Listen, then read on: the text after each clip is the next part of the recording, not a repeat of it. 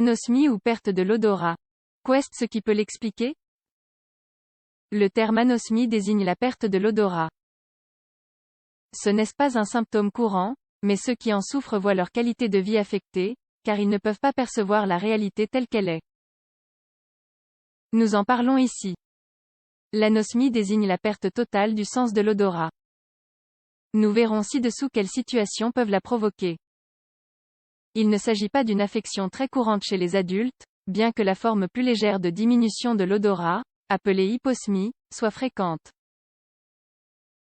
L'anosmie chez les nouveau-nés, l'anosmie congénitale, n'est pas non plus très courante.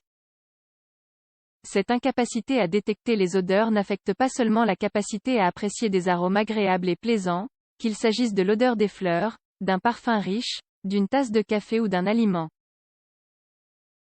Elle peut également mettre une personne en danger en raison de son incapacité à détecter des odeurs potentiellement dangereuses, telles que des produits chimiques, des fuites de gaz ou des aliments avariés. En outre, la perte de l'odorat affecte également le sens du goût. Les deux sens, c'est-à-dire l'odorat et le goût, interagissent pour distinguer certaines saveurs. En soi, il ne s'agit pas d'une affection grave, mais elle peut faire partie des symptômes d'une maladie plus sérieuse. Et quoi qu'il en soit, comme nous allons le voir dans les lignes suivantes, l'anosmie affecte la qualité de vie. L'anosmie, un véritable problème. La perte de l'odorat empêche de profiter de certains plaisirs de la vie, ce qui peut entraîner une frustration, voire une dépression chez certaines personnes souffrant d'anosmie. En bref, la qualité de vie diminue. Parfois, cette perte entraîne des changements dans les habitudes alimentaires. Elle peut aussi provoquer une perte de poids et une éventuelle malnutrition en raison d'un manque de perception du goût des aliments. La personne se désintéresse de la nourriture, car elle n'en perçoit pas le goût. L'autre extrême est aussi possible, une personne atteinte peut être en surpoids. Il existe également un risque d'augmentation de la pression artérielle en raison de l'excès de sel ajouté à l'alimentation en vue de détecter la saveur des aliments.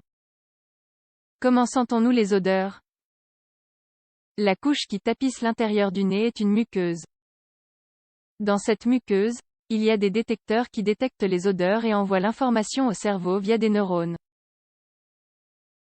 Lorsque nous respirons, des molécules microscopiques sont libérées des différentes substances qui nous entourent et entrent en contact avec les récepteurs responsables de la détection des odeurs. Une fois en contact avec ces récepteurs, l'information continue son chemin jusqu'au cerveau, où l'odeur est identifiée.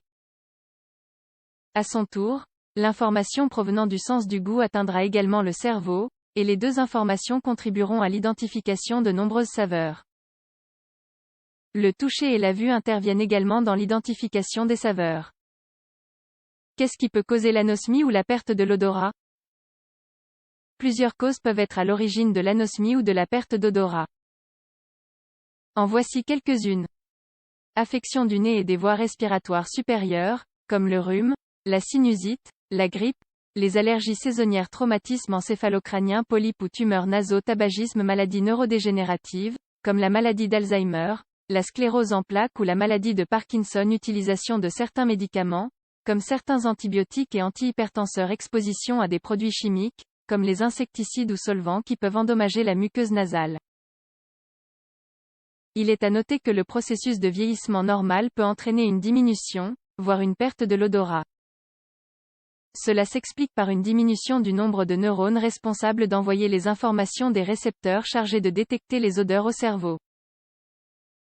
Cette perte peut augmenter au fil des années. L'anosmie peut-elle être traitée? L'anosmie ou la perte de l'odorat n'est pas une maladie en soi, il n'existe donc pas de traitement spécifique. L'approche est basée sur la détection de la cause et sur son traitement, si possible. Les médecins peuvent traiter les affections des voies respiratoires supérieures et du nez, donner des conseils sur le sevrage tabagique, enlever des polypes ou des tumeurs. Parfois, il s'agit d'une affection temporaire et donc réversible, et d'autres fois, d'une affection chronique et irréversible.